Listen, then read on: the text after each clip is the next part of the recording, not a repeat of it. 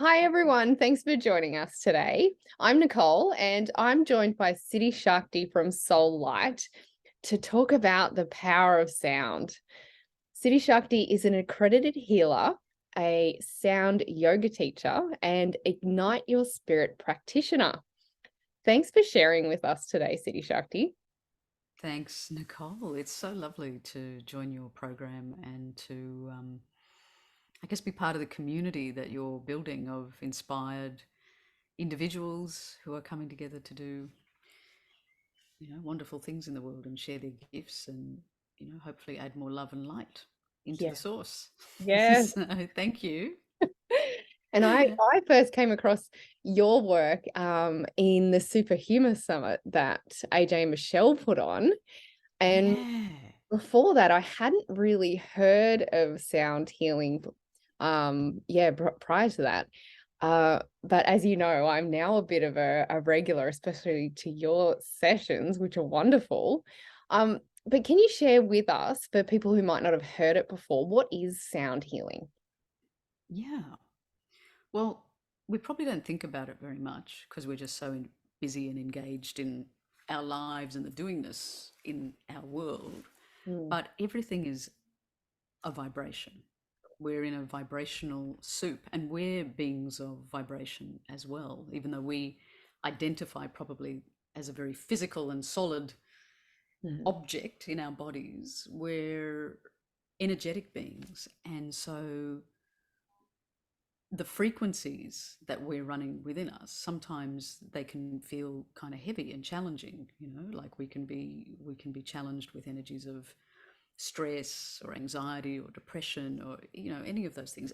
Equally, we can also experience joy and the lighter kind of vibrations. But what this working with sound can do is to help bring us into greater alignment and attunement within our frequencies. And so the idea is we use certain sounds to help shift the energy and the resonance within us. And so people might have come across sound baths, like they're very, very popular these days in yogic and alternative circles and things like that. So that's one avenue of sound healing. The practices that I share are using a couple of instruments like the harmonium and the tanpura from an Indian tradition, but also that's sort of the basis for using the power of mantra and the power of our own unique sound, because each of us has a unique resonance. When you think about it, none of us actually sound the same. And so we've all got our unique frequency and light that we're hopefully meant to be shining and resonating. And it's kind of like sometimes we just get covered with a bit of mud, and it's like using the sound to help vibrate out that stuff so that we can actually reveal and come into more attunement with the truth of Mm. who we are and allow that to shine forth. Yeah. And you can even, like, you can feel it. If this sounds a little different for people, you can actually feel it when you're listening to the radio, when your favorite song comes on and you want to dance and you want to move and you can feel it in your body. But then when you have a different genre of, I don't know, heavy metal or something that you really don't like, you can feel that too. So you can feel that change in that resonance when you are in a joyful song or something that resonates or something that is not what you like. Yeah. And we all know from that example that sound affects our emotional state, Yeah. like the sound can take you back to a wonderful time in your life or experience where, you were on top of the world, or it brings up a poignancy or emotion sometimes. So it's a very powerful mechanism for us because everything actually is vibrating and sound, and we don't often realize the effects that sounds are having on us. Like, I don't know about you, but for me, the sound of a leaf blower or something like that is so agitating that it really it brings up a reaction in me which may not even be conscious. Mm. Whereas, these sort of practices that we're going to talk about today and share a little bit of are consciously using the energy of sound to help us achieve elevated states. And it's a pathway for managing our own energy Mm. and consciously choosing to lift our vibration. And some of the sounds of the mantras are from the Mm. Sanskrit language, which is a very powerful and ancient energetic language, and that has an effect upon our being as well. So for people that are into um, yogic practices or aware of terms like chakras, then the sounds have an effect on our energy body, and um, it can really, with consistent usage of those sounds, take us into altered states of awareness and Mm. vibration. Yeah, wow. So how does it work? Well, we're like tuning forks in a way. So if we're using sounds that are of a higher vibration, then we're going to come eventually with enough practice into resonance with that. So we bring ourselves into attunement with that higher frequency versus, well, I mean, if you took example of, constantly telling somebody that they were a loser, Mm. you know, you're affirming, I mean, there's the energy in that and the vibration of that you're implanting and ingesting. Yeah. And it's going to be a pretty challenging thing to do anything other than believe that you're a loser in that. So instead of choosing something of a lower vibration, we're consciously choosing something of a higher vibration that is going to take us into, I guess, a greater state of self-love and self-appreciation and compassion and connection, and the things that we would hopefully be aiming more towards in our lives that bring us more inner peace. Mm. That's really the, well, like I said, we're like tuning forks, so we're coming Yeah. into resonance with something that is of a lighter and higher quality. Mm. And that links directly to Dr. Emoto's work with the water words and the rice experiments and yeah, all of that. The kind sounds and the words versus, as you said, you're a loser, the difference between plant growth and between mold growth and between, life in those experiments. I'll link to it so we don't take too much time from this interview. But yeah, there is so much involved when you really get to understand and meet people like you.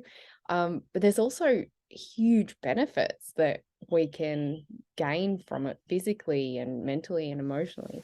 Can you share some of those benefits? Mm.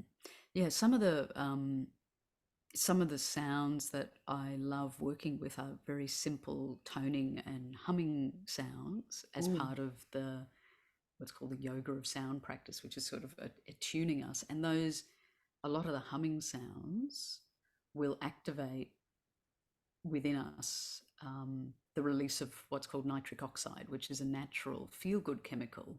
So the body starts to generate this. So you don't need to do anything really complex. You could just walk around humming for 15 minutes and experiment with what that does to your sense of well-being. So something like nitric oxide has amazing benefits for the immune system and for, stress response and things like that. The practice of mantra can help with the soothing, really, of um, the the nervous system. And I've read reports where they were looking at repeated practices of mantra and sound and the effect that the positive effect that it had on people that had PTSD, for example. Mm. So the practices can really help to take us out of the fight flight energy and into a much calmer state within our being. So it's a wonderful practice for consciously working with shifting our energy out of those states into more regulation internally, more peacefulness, more calm, Mm. relaxation. So you might experience better sleep, greater state of relaxation. Yeah, hopefully you're slowing down internally instead of that kind of static that a lot of us can feel when we're really, on high all the time. It's like really taking a breath and regulating ourselves through the Yeah. use of sound.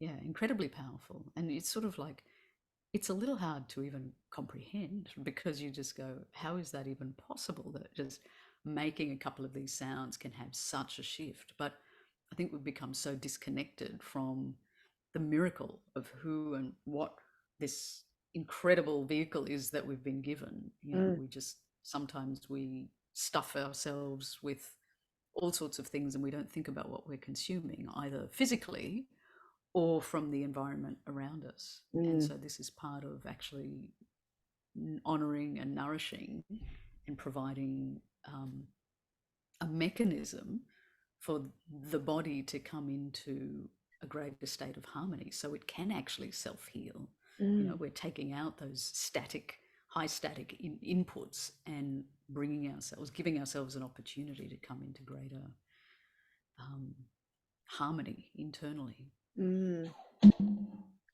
The bang of confirmation. Oh, sorry. And yeah, I join you for Wednesday and Thursday morning mantra sessions, Yeah. and I can definitely feel a difference. And um, yeah, it's something I really enjoy and something I look forward to. And the more I do it, the more I can feel it. And it just sets you up, or for me, it sets me up for a, a, a calmer day. I remember, back in the day when I was working 12 hours a day and all sorts of, crazy things and not taking time for myself or breaks or anything, I would get up straight away and look at my work emails and, start getting into things and fighting fires and the rest of it. And I actually learned from AJ the power of slow mornings, and then the addition of the mantras that you provide is just, yeah, everything kind of adds to a more peaceful day, a more harmonious life, really. And yeah, I just wanted to say a special thank you for those, because it is a great joy in my week to be able to jump on with you in the morning, and the others that join us, and yeah, start the day that way. Yeah. I think that that piece about it being a conscious start to your day is Yeah. really significant because it's so easy. We're so conditioned with all of the things around us to reach for our phones, to reach for our email, to not actually take a moment for ourselves in the morning to kind of go, I've been given the grace of this experience of having another day. What am I going to do with it? How am I going to set my energy up? Mm. How do I want to move through this experience today? And so to take that time, whether it's a short meditation or some breath work or even just the gratitude journal that many people would know about, any of those things that take us into an altered state of actually, I'm conscious and I'm grateful and I'm doing something to align my energy with where I'd like to Mm. aim for, is really significant. And the thing with the mantra is that we don't even have to understand it. It's working on some far greater level because those energies that we're invoking are the profound sounds that are behind the fabric of creation. They're from the cosmos. They're things that even, I would love to be able to explain in some articulate way, but it's profoundly mysterious. It's the essence of something incredibly mystical that we're working with to transform our energy from the inside. Mm. And over time, it's like that's why they're practices too. It's not like we do it once and we go, oh well, I'm now set for the rest of this life. It's like actually, just like you wouldn't go to the gym once and think that you were going to then be fit forever. We're choosing in every moment. Which way am I taking my energy? Mm. Which way? Yeah. Yeah, so speaking of energy, thank you for that. But I want to kind of expand on that. You also do energy healing sessions. Can you share Mm. with us what you do here and how it can help people? Yeah, well, it's I guess the continuing theme of we're energetic beings. And Mm. so part of our energy anatomy is what's referred to as the chakral system. Mm. They're the junction points of the meridians, and there are lots through the body, but the big ones are the main centers that run up the central spine. And those are, very simplistically, a bit like filing cabinets. They're centers of consciousness. And so, Mhm. I mean, you could have a lifetime of study in meditating on the the the multi layers of what a chakra is and what it represents. But very simplistically, those energy centers are holding our experiences, our thoughts, our beliefs, our emotions. Let's say we've had a challenge in life and we haven't been able to fully process and let go of that emotional experience. Well, that is sitting within our energy body, and then we've probably wrapped a story around it. And then often we'll have thoughts that keep going around that experience because we haven't been able to let go of it. So we're kind of adding energy to it then. So this thing is sitting within our energy body. And so if we're energetic beings and we're like radios and we're broadcasting our frequency that we've been talking about, then we're broadcasting that to the world as well. So if we've got this overriding, you know, belief, let's say, that things just don't go right for me because of whatever happened, let's say in this example, then we're beaming that out in our energy. And so we're going to probably attract more of that experience in some way, or we're going to find things that appear to show us the reality of that because that's what we're holding within our energy unconsciously. Mm. And so the modality that I'm working with is called Ignite Your Spirit therapy or energy healing. Mhm. And I'm connecting with a frequency of light and working with the client to direct that energy into the energy body and the chakral system. And it's a multi-dimensional sort of modality. So it helps. It's a bit like using spray and wipe to release some of that energy that's been held. And it's a combination of that and cognitive refocusing of maybe belief systems that have been held and wrapped around that. But really, it's releasing the energy that's been trapped in that form, and our thoughts that maybe have then been locked into that Mm. form. So it's enabling us to release that stuck energy that is not serving us. And then part of the session will be bringing in of a new energy to replace that. Mm. So over time, it's like we're recalibrating, shifting patterns that have held us in one way so that we can make room to bring in something new. So it's Mm. like emptying out stale coffee out of this energetic cup so that you could put something new in. And so when we do practices like this and work with energy like this over time, we can really make quite profound changes, and shift out of patterns that have been really keeping us stuck. Mm. And so for myself, I've had amazing shifts in interpersonal relationships, things that I thought, when I first started this journey, when I thought they were intractable and I was, prepared to never speak to that person again. I was just like, there's nothing that I can do. And, really what changed was me doing this inner work on myself. Mm. The other person didn't do anything, but over time, the relationship that I'm thinking of actually changed quite significantly, and there's a lot more love and mutual respect and appreciation. And that was over a period of really only one or 2 years. Mm. And so it really did show me that the changes that can happen when we work to manage and transform our own energy Mm. are really profound.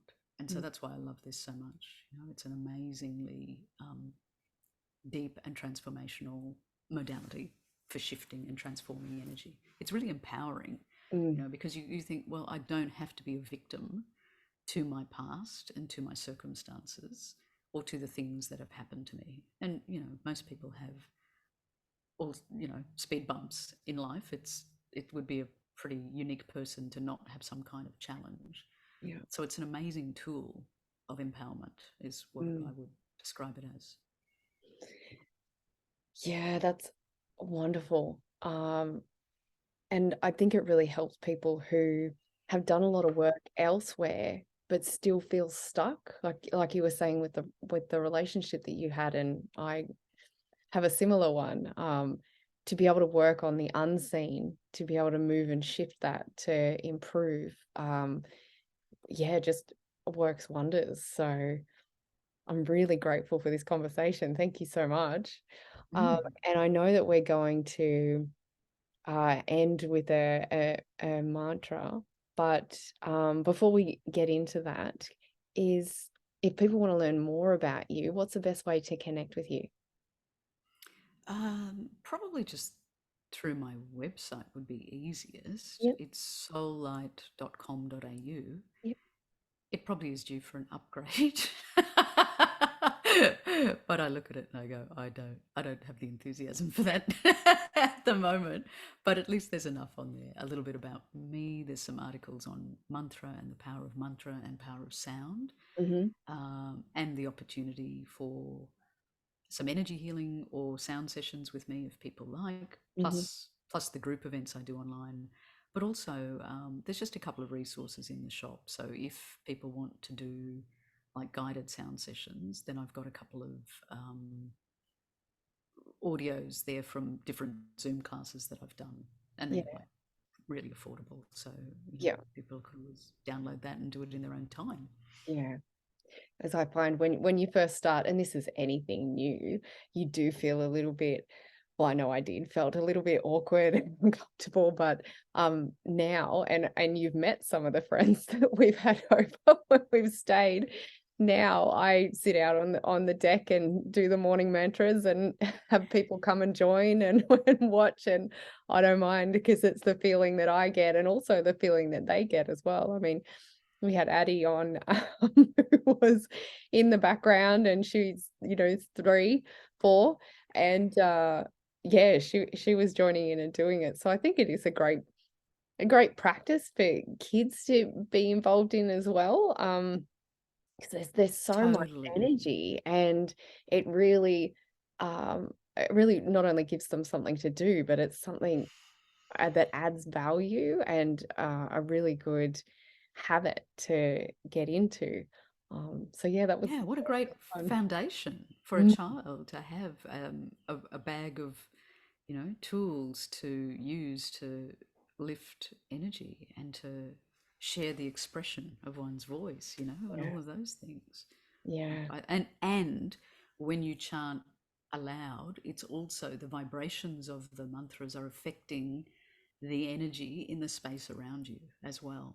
hmm, So there are different ways of you can do mantra internally, but you can be energizing the space around you through the external yeah, vocalizing of it. So yes. that's really blessing nature as well, in It, your home and mhm. establishing an energy there too. It is. And this morning's session, I'm not sure if you saw me, but I was looking around because there were two wallabies, a baby and a mum, that came and sat right next to Really? us as I was doing it. Yeah. That And is sometimes so the awesome. kookaburras come quite close, and sometimes, they sing along, and sometimes they just watch. So it is, yeah, really interesting to see how nature benefits and wants to be involved as well. It's great. Mm.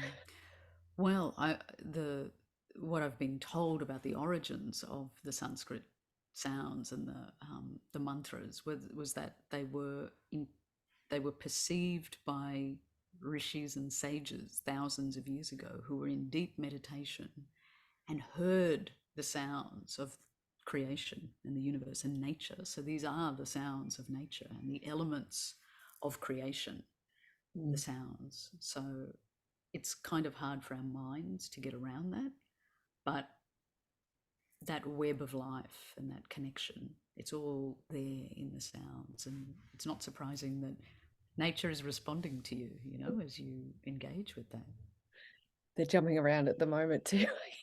that. They're quite distracting sometimes, but they're so cute. Oh, that's great. Now, Saturday is a significant event or time period. Can you just share a little bit about that and then lead us into the mantra that, um, Sure, yeah. So, in the Hindu tradition, this coming Saturday, the 18th, is the celebration of Shivaratri. Shiva is the energy, one of the I'll say deity, but it's a cosmic energy that is the destroyer, but it's you could think of it as the energy of destroying the things that hold us in darkness and separation and lower consciousness. So I guess it's the elements within us, within our consciousness, that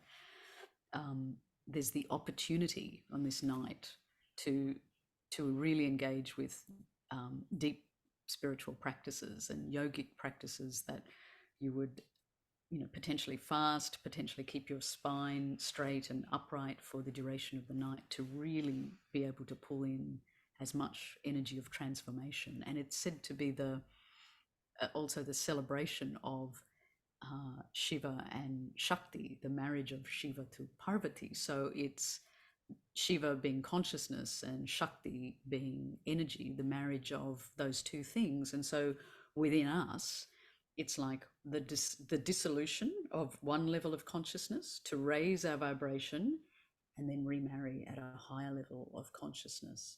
So that potentiality is there with some deep practices in this particular energy. And it's also correlating to planetary energies. It relates to a particular moon cycle.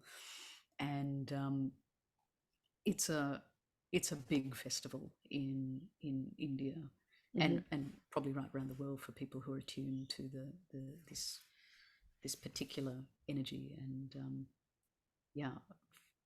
I don't think of it in a religious sense. I think of it in an energetic sense, that there's a lot of potential for shift internally if we're attuned. I hope that makes some sense. Yeah, it does. Yeah. It does. And so you'd like to share a mantra that will support the energy on Saturday? Yeah. Yeah. So let's do a short chant to Shiva, and the words are Om Namah Shivaya. I'm not sure if the chat is operational or not. It's probably not going to be. I might mute myself so that we can just hear your beautiful voice. Okay. Let me turn this on. So. And I'll add it to the YouTube recording as well, so people can hear. So the words are Om Namah Shivaya, which is Om, the primordial sound of infinite, the cosmos, said to be the first sound from which everything else emanated. Namah is a term of reverence. Shivaya is the term for consciousness, infinite consciousness, pure bliss beyond form, that energy. And we're honoring that in the outer, but also the inner. May that pure awareness awaken within us more.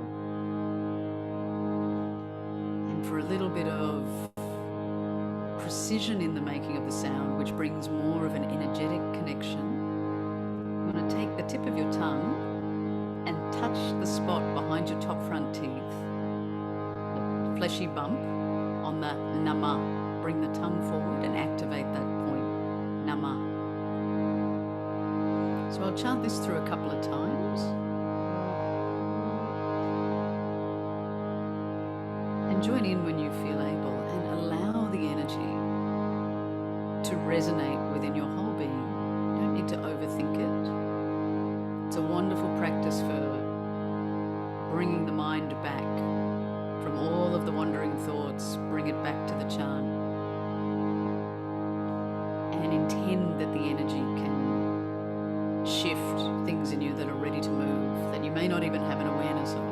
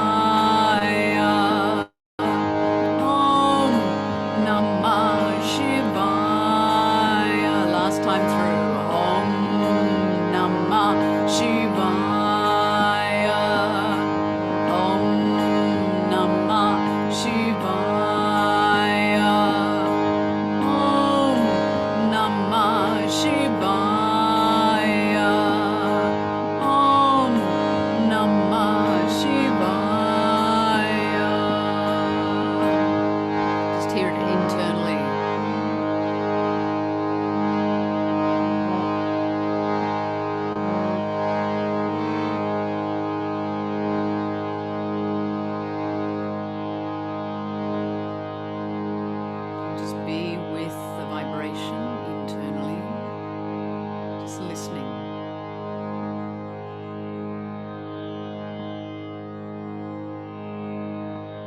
Cultivating inner listening.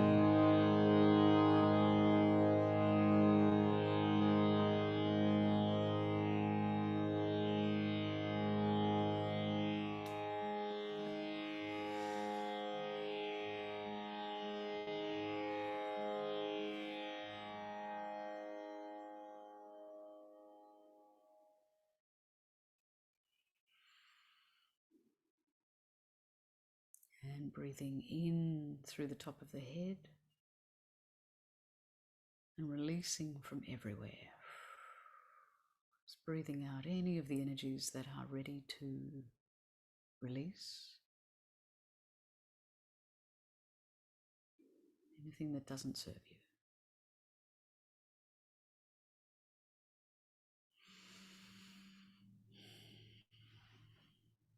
Namaste.